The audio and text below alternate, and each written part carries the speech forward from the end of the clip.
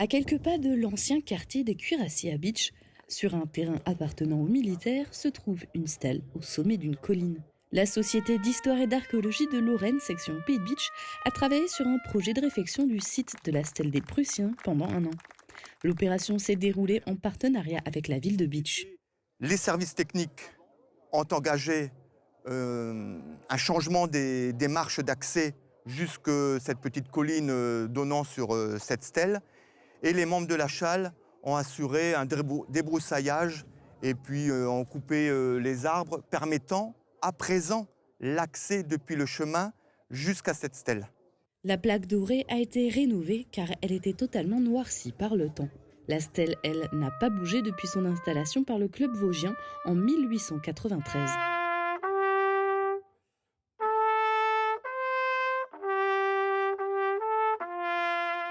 Pour une fois, ce n'est pas des pertes françaises que cette stèle commémore. La tentative d'incursion menée par des soldats prussiens a eu lieu le 17 novembre 1793. Donc cette stèle commémore les Prussiens qui sont morts devant la citadelle. 120 Prussiens seraient enterrés sur cette colline. L'opération de nettoyage du site a également été faite pour faire connaître la stèle au plus grand nombre. Rallin est une commune rurale d'environ 720 habitants qui a à cœur de maintenir des services de proximité, notamment une école et des commerces. L'équipe municipale a accueilli le sous-préfet de l'arrondissement, Wassim Kamel, pour lui présenter les projets entrepris durant son mandat. Parmi eux, des travaux d'aménagement du terrain multisport qui a bénéficié d'une subvention de l'État à travers l'Agence nationale du sport à hauteur de 42,62%.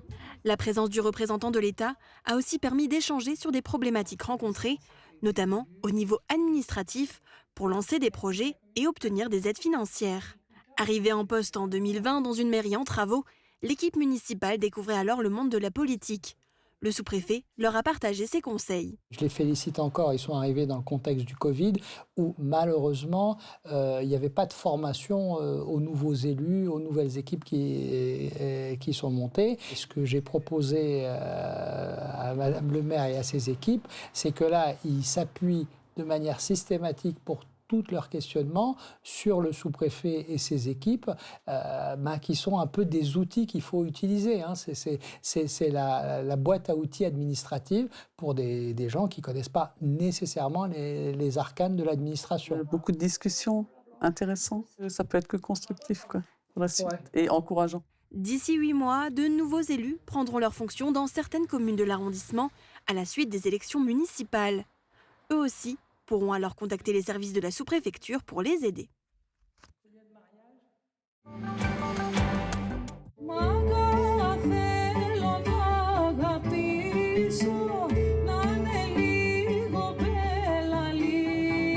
Voyage en musique sur les bords de la mer Égée avec Shinadika, un groupe basé à Izmir qui joue de la musique gréco-turque. Actuellement en tournée en France, il s'est arrêté à Meisenthal, dans le jardin du chalet, à l'occasion de la première guinguette de l'année organisée par le collectif Beachissime. Cette rencontre musicale a été rendue possible grâce au financement de la communauté de communes du Pays de Beach. 2 autres guinguettes seront organisées en août et en septembre par le collectif Beachissime. Le 22 août, la compagnie Autant des mots, également installée à Meisenthal, devrait venir dans le jardin du chalet pour présenter son mix soupe.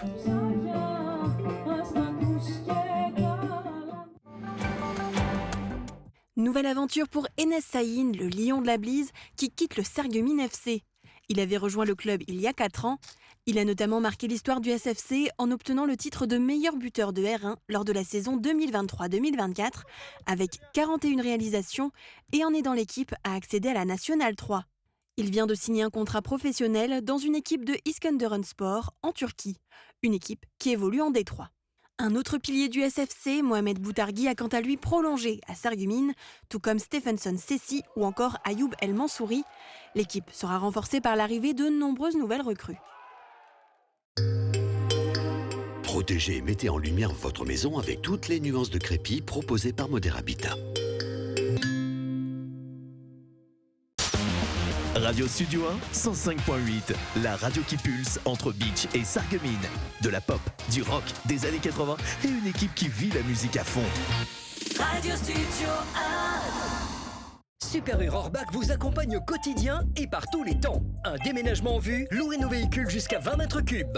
Et pour un coup d'éclat sans orage, direction la station de lavage. La météo avec U, commerçant autrement.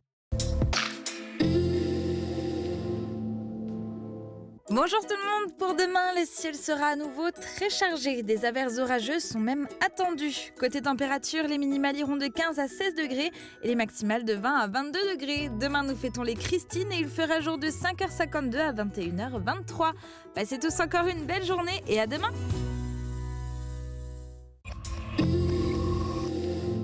Le CFA BTP Moselle est à Sarreguemines, avec 7 formations accessibles en apprentissage et en formation continue dans les domaines métier du plâtre et de l'isolation, carreleur et mosaïste, peintre applicateur de revêtement, génie climatique, maçonnerie et maintenance des bâtiments. Inscription ouverte toute l'année par téléphone au 03 87 63 71 08.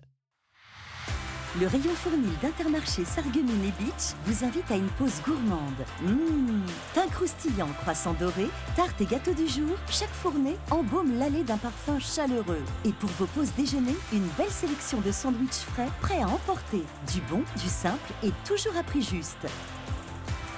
Intermarché, tous unis contre la vie chère. On était en tout 3 familles avec chacun des enfants en bas âge et une piscine dans la maison. Mes enfants ont dit Noah, il n'est pas avec nous, il n'est pas dans la maison. Je me lève et je me retourne. Je lui dis il est où Joey? Il s'avère que j'ai vu le corps de ma fille dans la piscine. Ça arrive aux bons parents aussi? Mais c'est les 10 minutes où il fallait pas. Chaque été, plus de 500 enfants sont victimes de noyades. Vous tenez à eux, ne les quittez pas des yeux.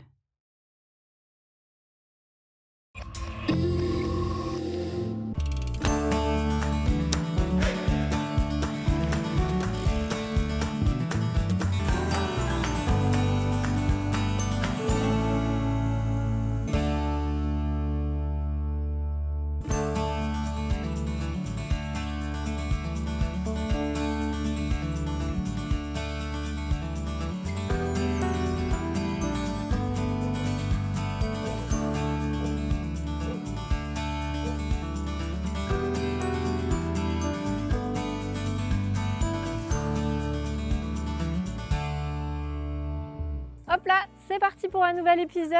Aujourd'hui, j'ai troqué mon casque pour un chapeau de cow-boy. Je vous emmène découvrir la ferme des orchidées et le Maximum Ranch situé à Bryden Bar. Cette ferme d'animation est tenue par un véritable passionné des animaux et du Far West. À travers des activités ludiques et pédagogiques pour petits et grands, découvrez une trentaine d'animaux à plumes, à poils ou à carapace. Mais avant d'en découvrir plus, allons rejoindre Marie-Morgane Assirstal qui va nous présenter un gîte insolite. Il s'agit de la Grange d'Hélène. Regardez. Chers parents, cette nuit j'ai dormi dans une bulle. Un logement insolite à Sirstal.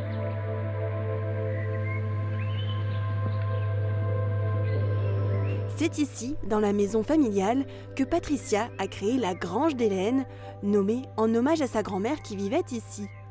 Une idée qui lui est venue il y a un peu plus de 10 ans maintenant. Ma meilleure amie qui est alsacienne m'a dit « Écoute, fais tes chambres d'hôtes ». Et là je lui ai dit « Mais Nathalie, on est à Beach ». Mais elle dit « Mais regarde ta maison ». Et alors au début, j'ai dit non, après t'as du monde chez toi, j'ai pas envie. Et puis une nuit, je sais pas, je me suis réveillée à 3 heures. J'ai dit et pourquoi pas? Et j'ai dit là, on va faire un truc qu'il n'y a pas ailleurs. Et j'ai plus dormi, j'étais sur Google toute la nuit. Et quand mon mari s'est réveillé le lendemain matin, je lui montre la bulle. J'ai dit on va acheter ça et on va mettre ça là.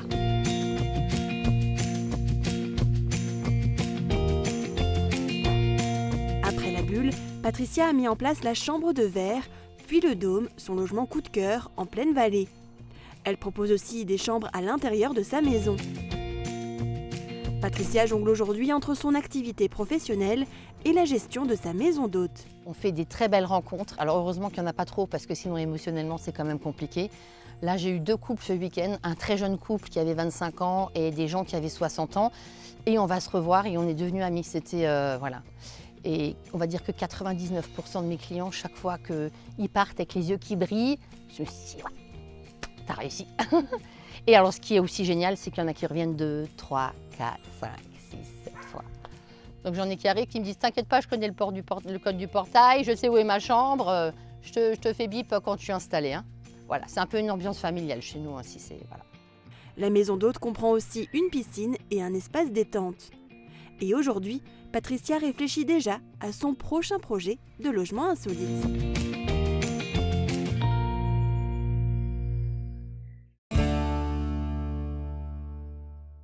Bonjour Régis. Bonjour. Merci de nous accueillir au sein de ta ferme d'animation Les Orchidées. Tu es le propriétaire de ce lieu atypique que tu vas nous présenter juste après. Comment t'es venue cette passion pour les animaux? En fait, depuis tout petit, j'ai été toujours attiré par ce domaine-là, les animaux, la nature. Étant originaire de la ville, donc de Sarreguemines, oui. mes parents ne sont pas du milieu agricole. Et j'ai décidé quand même de tenir mon rêve.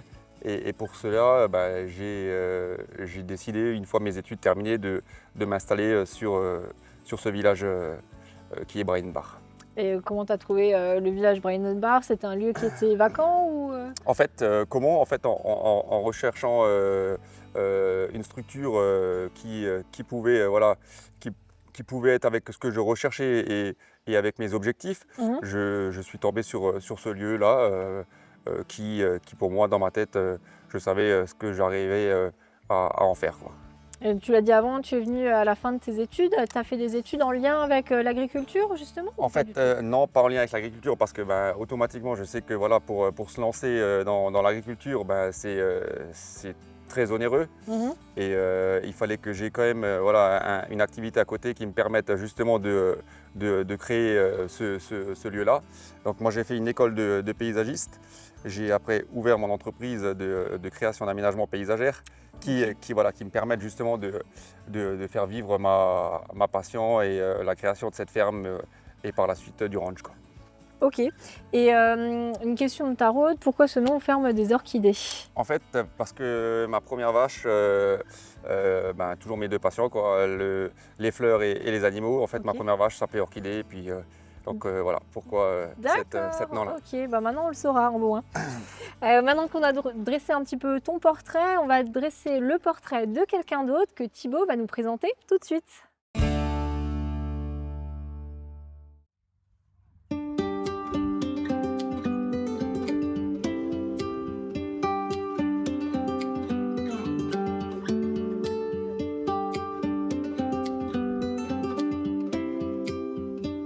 Je suis originaire du pays de Bitche, mais je suis partie pendant quasiment 20 ans. J'ai fait mes études d'éducateur spécialisé. Après, j'ai rencontré mon mari et puis on s'est installé dans la région de Bourg-en-Bresse-Mâcon.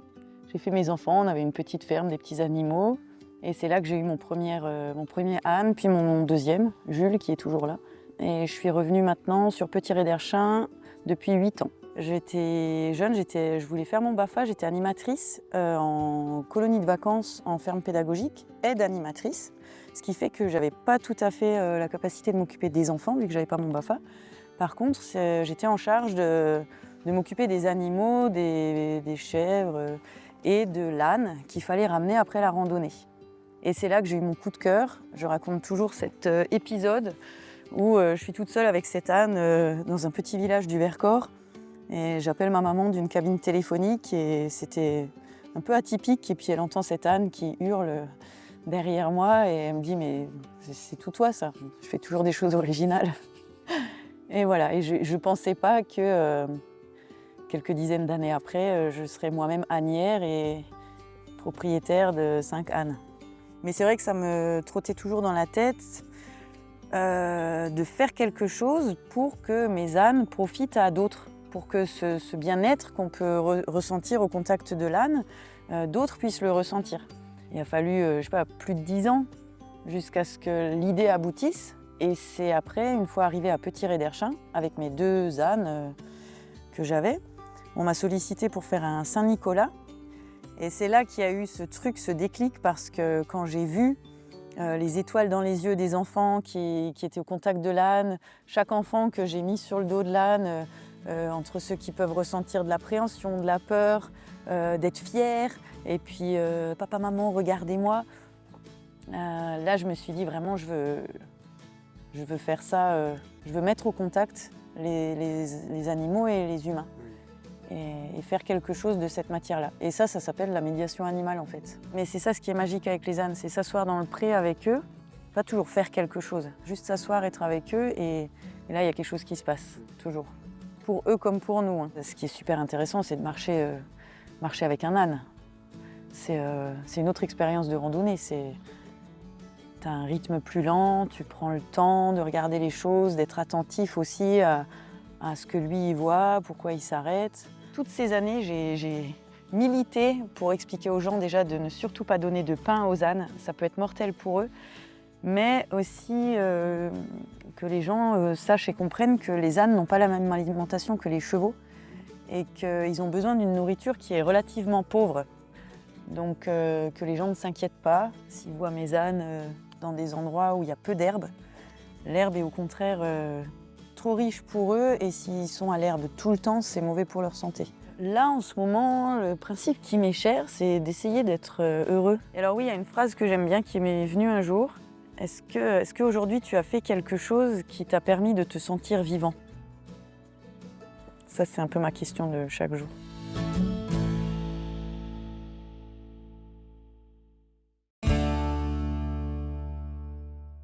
Alors Régis, ici dans ta ferme, tu as toutes sortes d'animaux, des bêtes à plumes, à cornes, à carapace, à poils, du plus petit au plus grand. C'est une véritable arche de Noé chez toi. Est-ce que tu peux me les présenter un petit peu? Oui, bien sûr.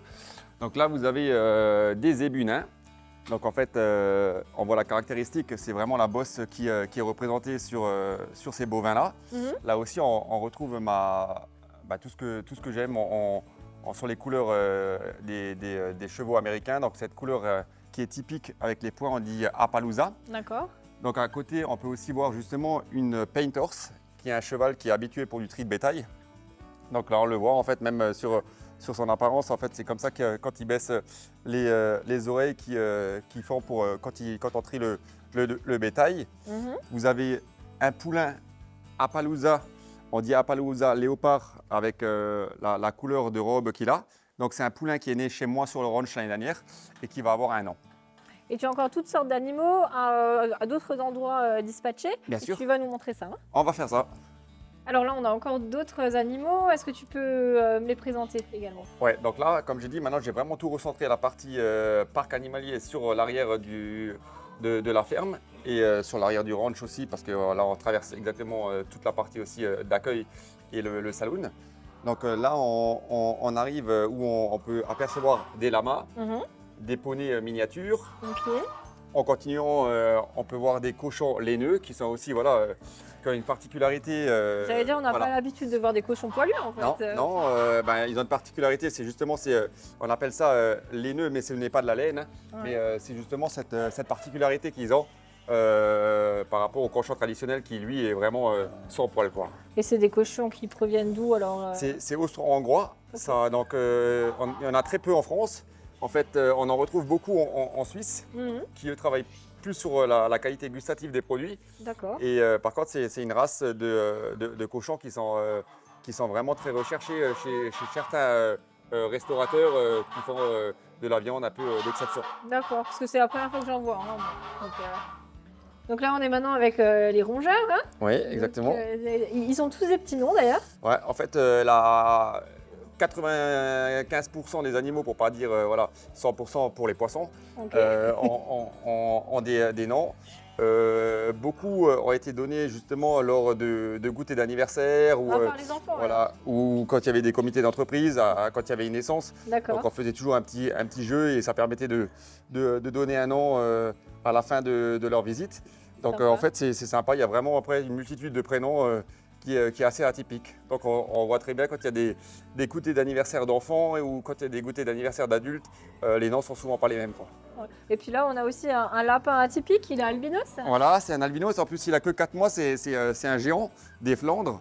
Donc en fait là maintenant c'est la belle saison qui va démarrer en fait en En été, sur la partie jusqu'à l'automne, il y a un grand parc où les enfants peuvent pénétrer au milieu des rongeurs, que ce soit les lapins ou les cochons d'Inde, pour pouvoir les nourrir et les caresser. Super. Voilà. Et après, d'autres parcs aussi, avec les chèvres naines, les moutons nains, où ils peuvent aussi rentrer pour pouvoir les nourrir, quoi. Tu me parlais de nourriture juste avant, donc c'est bien beau d'avoir autant d'animaux, il faut les nourrir, il faut aussi les soigner. Ça te prend combien de temps de t'en occuper tous les jours? Donc en fait, moi les animaux me prennent 2 heures le matin et 2h30 en moyenne le soir.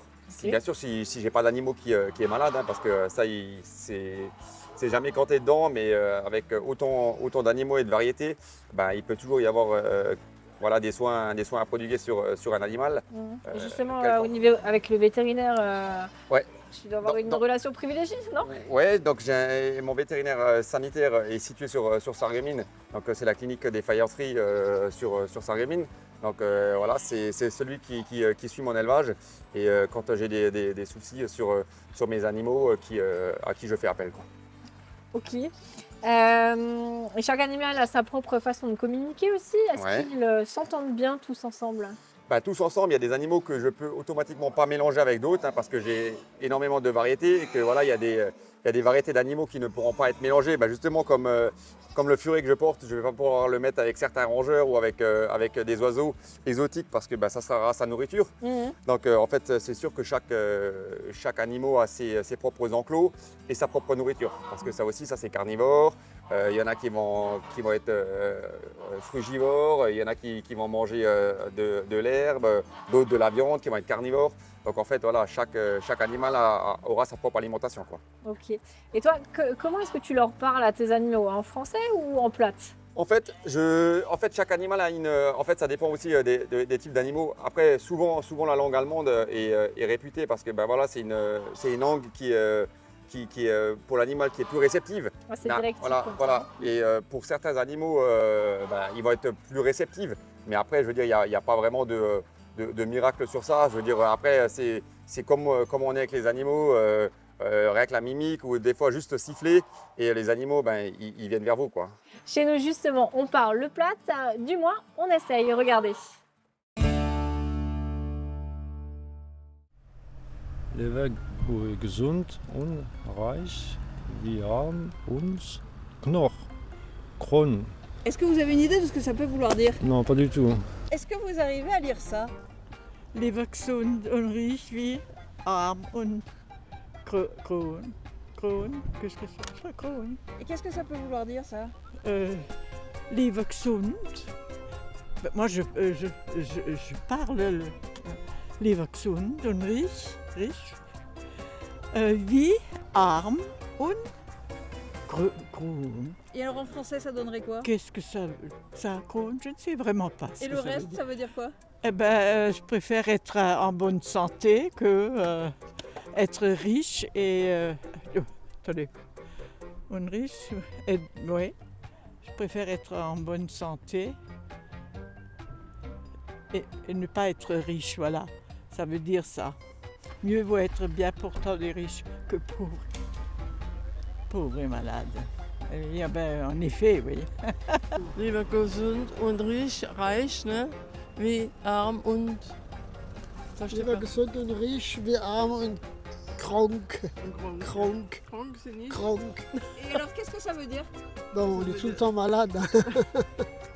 Plutôt en bonne santé et que riche, malade, non? Oui. Et riche.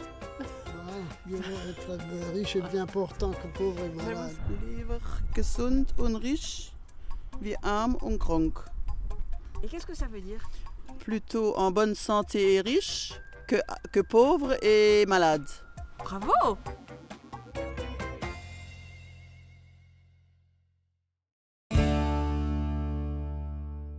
Tu organises ici des ateliers pédagogiques avec les enfants. Quel est le but de ces ateliers? Après, les buts, c'est déjà un but pédagogique.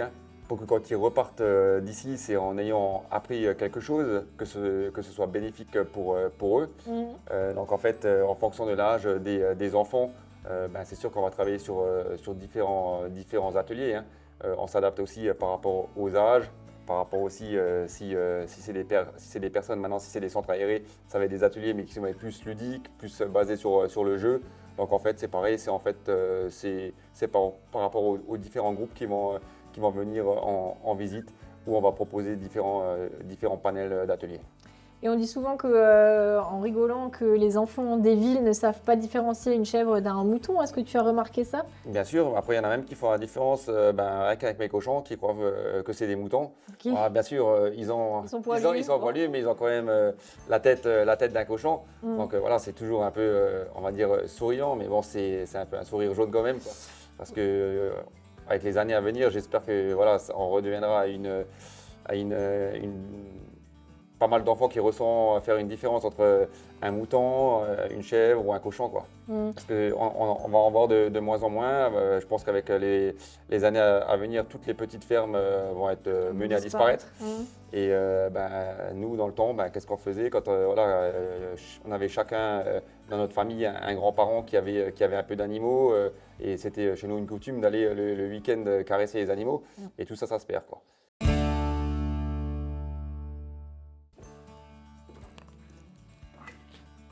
Alors là, immersion totale au Far West. Tu proposes aux petits comme aux grands de se mettre dans la peau d'un cow-boy. Quel programme proposes-tu?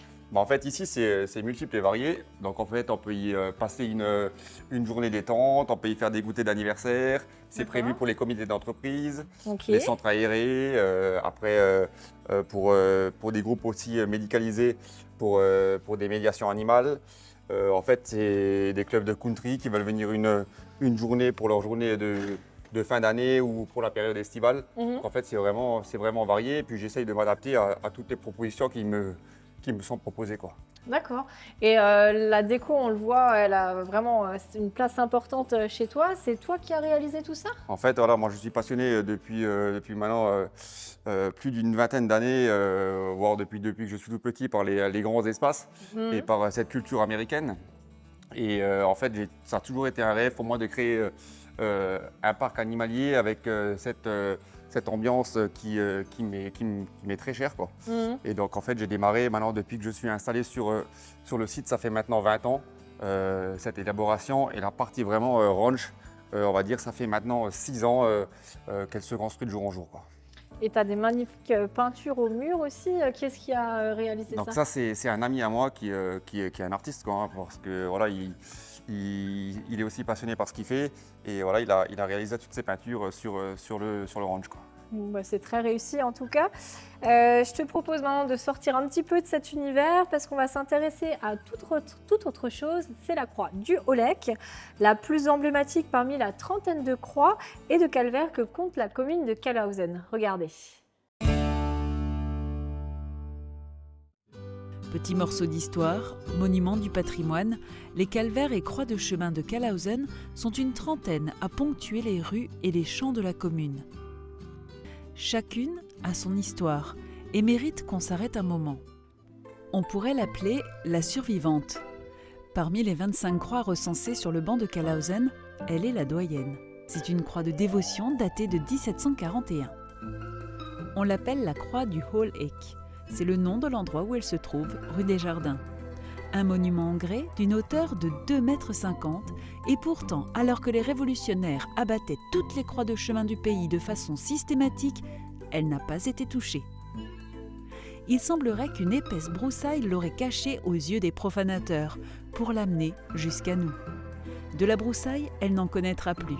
L'association historique de Kalhausen y veille pour qu'elle puisse être visible de tous et le plus longtemps possible.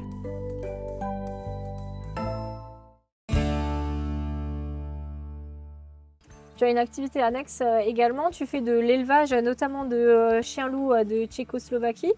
Pourquoi avoir choisi cette race? Paresse, parce que en fait, c'est une race qui est atypique, qui est pour moi très très proche du loup par son physique et aussi par certaines mimiques. Ouais, qui est rustique aussi. Voilà, qui est très rustique, qui est un animal qui est un chien qui est plus solitaire qu'une autre race, qui demande automatiquement plus de travail, qui a des comportements qui vont être différents d'une race classique. Et ça, tout ça, c'est des choses qui qui m'intéresse aussi pour aussi essayer de sortir le cliché en disant que cette race-là, on ne peut rien en faire, alors que c'est totalement faux. Je travaille même avec certains, je dis bien pas avec tous, mais que ce soit avec le chien loup ou d'autres types d'animaux, je fais aussi de la médiation animale avec cette race-là. Ah oui? Et voilà. Et après, comme je dis, ça peut être aussi, même chez les chèvres, il y en a qui ne vont pas être réceptives, ou que ce soit chez les lamas ou que ce soit chez les poneys, qui ne vont pas avoir un contact direct, qui n'aiment pas les caresses. Ces animaux-là, ils vont pas être, je ne vais pas les choisir pour ce type d'atelier. D'accord. En fait, voilà, mais que ce soit, voilà, ça peut être un chien loup, ça peut être un chat du Bengale, ça peut être une chèvre. Je regarde toujours celui qui est réceptif et qui aime faire ça aussi et qui aime partager des moments avec ce type de clients.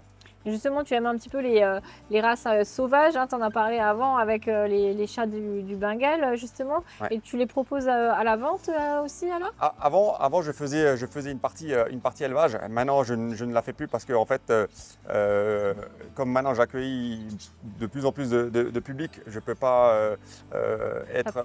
En fait, voilà, parce qu'avant, je partais quasiment tous les week-ends en concours dans le monde entier avec l'élevage. Donc, ça me prenait un temps fou pour entraîner les chiens. Et cette partie-là, on va dire depuis le Covid, j'ai levé un peu le pied et c'est là où j'ai développé beaucoup plus la partie ranch et accueil du public sur le site, quoi. Et niveau de nourriture, pour tes chiens et tes chats, t'es plutôt croquettes ou nourriture fraîche? Comment tu fonctionnes? En fait, pour les chiens loups, c'est du barf, donc c'est de la viande pure. Okay. Et pour les chats et les autres races que j'ai en chien, ça sera des croquettes, quoi. Il faut aussi nourrir les salariés de Mosaïque. Et là, c'est Oma et Lilou qui s'y collent. Bonjour. Aujourd'hui, on va vous faire une tarte à la rhubarbe.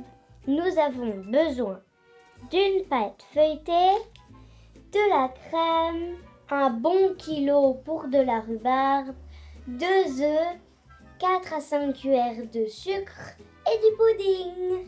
Là, on découpe la rhubarbe.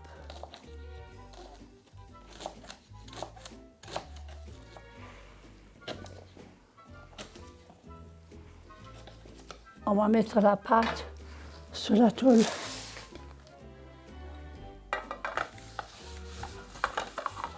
On a beurré le moule. On met sur la pâte, ici. Ciseaux.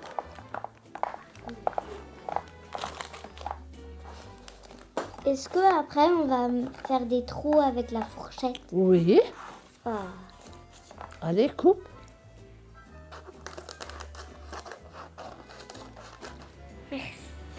Bien tout autour.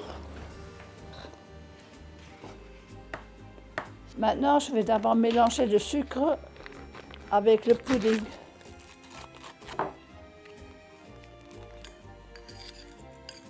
Pourquoi on mélange avec la fourchette? Parce que sinon, ça se mélange pas. Et après, on rajoute la crème et puis on casse les œufs. Je peux en casser un? Oui.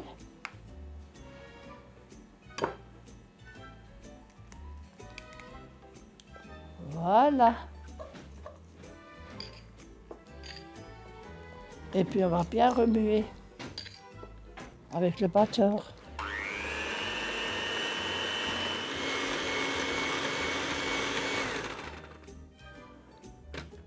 Voilà. Maintenant, on va mettre la rhubarbe.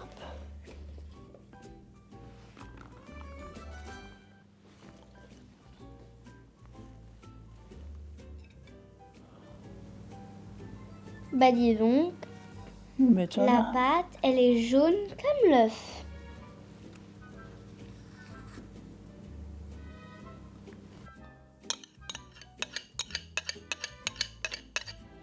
Voilà. Alors, on va l'enfourner.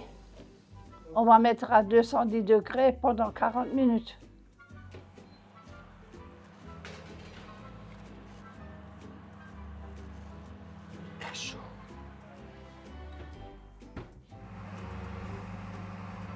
La tarte, elle est cuite. Et on va là. Sortir du four. Et bon appétit. Merci. Et il faut encore la laisser un peu Refroidir. Voilà. Bon appétit à tous. J'étais très heureuse de faire cette émission cuisine. Avec Omar et avec Lilou.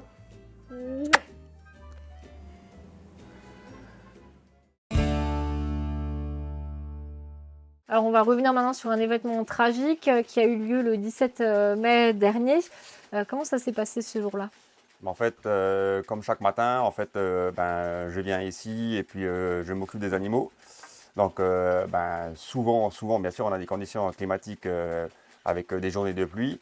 Sauf que ce jour-là, voilà, c'est sûr que là, je sentais qu'il y a quelque chose qui allait se passer. Le matin, vers 6h30, l'eau commençait déjà à monter à une vitesse très rapide. Donc c'est la rivière qui est juste derrière nous, voilà. qui est toute petite mais qui est vraiment proche en fait de ton exploitation. Ouais. En règle générale, j'ai toujours l'habitude, on la voit toujours entre 30 et 50 cm de profondeur. Ok.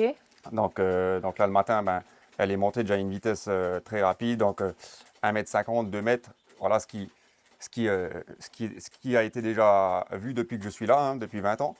Mais par contre, vers 7h30, il y a une personne qui s'est arrêtée, qui m'a dit d'aller voir sur un de mes parcs qui longe la grande route, en me disant que mes vaches, ils étaient déjà dans l'eau. Et une partie des chevaux. Donc j'ai pris un engin agricole pour essayer de sauver les bêtes. J'ai pris un ami avec pour essayer de m'aider. Et en l'espace d'une demi-heure, le temps de revenir ici, l'eau avait encore monté de plus d'1 mètre. Ah oui, et donc là, j'avais déjà les animaux qui étaient en train de se noyer sur le site. Et après, c'était la descente aux enfers, quoi. D'accord. Et est-ce qu'il y a... Donc tu as pu sauver une partie de tes bêtes, il y en a d'autres malheureusement qui ont péri. Tu as pu bénéficier d'aide de tes voisins du village? Sur le moment, c'est sûr que tout était tellement rapide et bref qu'on perd un peu pied, mais voilà, il faut rester lucide et pas paniquer parce que en fait, il faut être là pour essayer de sauver. Pour moi, le plus important, c'était le vivant, le reste, voilà, c'est du détail. Matériel, Donc après, voilà, sur le moment, c'était essayer de sauver ce qui était sauvable. Je savais très bien, en étant lucide, que ça montait tellement vite que je voyais les premiers enclos qui prenaient l'eau de plus en plus rapidement et que la fin serait de toute manière tragique, quoi. Donc après, le pire, c'est quand on voit un animal devant soi, qu'il soit petit ou grand, dans son regard, on sait très bien que il sent la mort arriver. Et puis ça, c'est des images qui resteront à tout jamais gravées. Voilà. En moi, il n'y a pas une journée où j'y pense pas une fois. Après, j'espère qu'avec le temps, ces images se remplaceront avec d'autres images plus joyeuses. Mais après, je sais qu'il y avait une vie avant, il y aura une vie après. Elle ne sera plus pareille, ça c'est sûr. Et la question s'est posée aussi de rester ici ou alors peut-être de trouver un autre lieu, c'est ça? Ouais. La question s'est posée très rapidement, quoi, dès que dès la première semaine, il fallait, les animaux ils étaient présents, il fallait continuer à les nourrir. J'ai des amis qui en ont pris en charge. Donc je remercie ces personnes-là qui étaient là. Je remercie aussi la clinique vétérinaire des Faïenceries qui était énormément présente aussi pour aider et soigner les animaux. Parce qu'après, il faut bien se dire qu'il y avait le moment de l'inondation, mais après, il y avait sur quasiment un mois des bêtes qui avaient le bassin fracturé parce que dans des enclos, il y avait des décors qui avaient automatiquement endommagé la colonne vertébrale de certains de mes animaux. Et en fait, tout ça, c'est des soins qui ont été faits après les inondations, quoi. Donc voilà, c'est pas seulement le jour même. Après, c'est sûr que ça reste gravé longtemps parce qu'après, il y a des animaux qui ne sont pas morts directement le lendemain, mais qui sont morts dans les semaines qui ont suivi l'inondation. D'accord. Et il y a une amie aussi qui a fait une cagnotte litchi pour toi, c'est ça? C'est ça, ouais. Vous avez récolté quand même une somme conséquente. Tu as pu l'utiliser, cette somme? En fait, dès le début, ça a été réutilisé pour l'alimentation des animaux parce qu'automatiquement, pareil, toute l'alimentation a été perdue, que ce soit les graines, le fourrage. Tout ça aussi, tout était dans l'eau parce que c'est sûr que tout ce qui est alimentation, ça pèse très lourd et ce sont des aliments qui sont posés au sol, là, automatiquement. Donc l'alimentation a été a été voilà, décimée aussi dans quasiment sa totalité, quoi. Je te propose de détendre un petit peu l'atmosphère. On va retrouver Tristan à la gymnastique volontaire de Vousvillers. Regardez. Regarde quand tu te redresses. À la situation moins intense. Ventre rentré, périnée bien vers le haut. Bien maintenu, périnée. Souffle. Allez, cardio, cardio. Go, go, go. Abdos, genoux, épaules. Go, go, go, go, go. Donc moi je fais ça avec ma maman et ma voisine. Donc je fais ça ici parce que c'est beaucoup mieux, on est entre filles, entre girls, donc on rigole bien, c'est chouette, il y a une bonne ambiance, il y a de la musique et je trouve que c'est plus motivant quand on est un petit groupe que tout seul à la maison. Au début j'ai un peu souffert parce qu'il y a quand même un bon petit rythme, mais je me rends compte que ça me fait énormément de bien. La coach est extra, on ne fait jamais la même chose, c'est toujours sur un fond musical. Les contenus ne sont jamais les mêmes, c'est très complet. Cette année, nous sommes 35. Alors la plus jeune doit avoir 18-20 ans, je pense. La plus âgée, 68.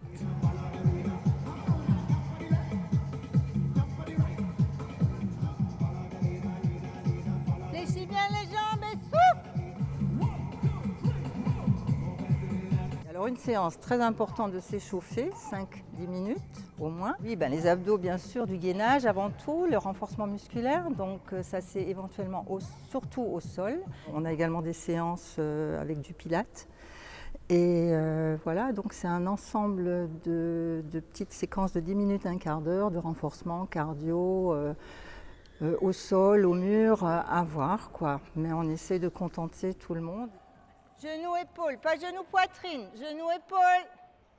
Équilibre, genou, épaule. Souffle sur l'effort. Allez, il faut que ça chauffe. Je mets un atout aussi particulier sur la respiration, d'apprendre à respirer correctement, apprendre à faire les gestes de façon sans se faire mal.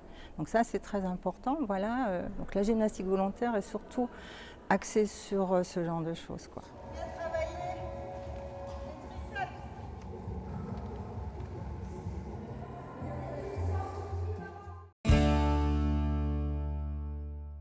Merci beaucoup Régis de nous avoir accueillis au sein de ta ferme. Dis-moi un petit peu, est-ce que tu as d'autres projets?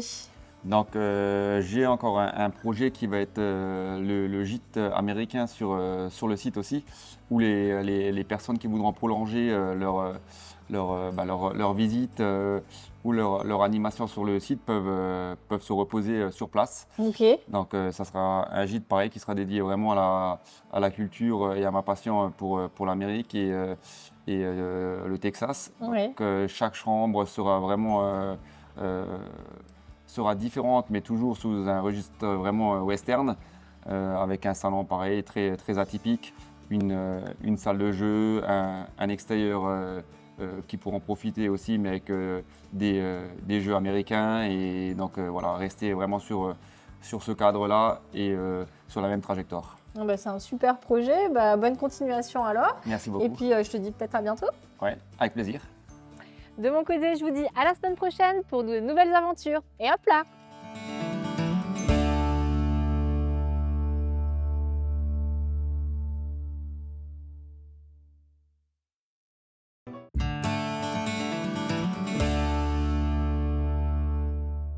Hop là, voilà des idées de sortie. Ce week-end, c'est l'événement de l'année à Beach avec les estivales. Concerts, spectacles et expos vont se succéder sur le thème Made in USA. Avec par exemple le concert de Marie Callas samedi à 20h30, un concert country dimanche à 15h et un concert hommage à Elvis Presley dimanche à 21h. Il y aura aussi un marché artisanal, des arts de la rue, une fête foraine et dimanche à 22h30 un feu d'artifice pour clôturer le week-end. Avant cela, rendez-vous vendredi soir à Volminster au Moulin des Juilaires pour la dernière étape du festival Il était une fois, organisé par la communauté de communes du Pays de Beach. Les demi-frères Grumeau vous proposent un spectacle de haute voltige entre les Marx Brothers et Mad Max, avec notamment un record d'apnée forcé dans un bidon métallique en fer. Le festival Les Étendards se poursuit tout l'été. Vendredi soir, il fera étape à Grosse-Biederstroff avec le spectacle La Tente d'Edgar, une sorte de cabinet de curiosités fantasques. Ce sera à 20h et ce sera suivi à 21h du concert du groupe Honey and the Stones. Le tout est prévu à l'aire de jeu. En cas de mauvais temps, ce sera à l'espace Jeux et Loisirs. Samedi soir, le festival Les Étendards enchaîne à Neufgrange avec le spectacle Clonc et Le Lonc de la compagnie Les Arpitres. C'est à la fois drôle et poétique, à savourer sans modération. Ça va se passer dans la cour du Clos du Château, repli à l'intérieur si la météo joue des vilains tours.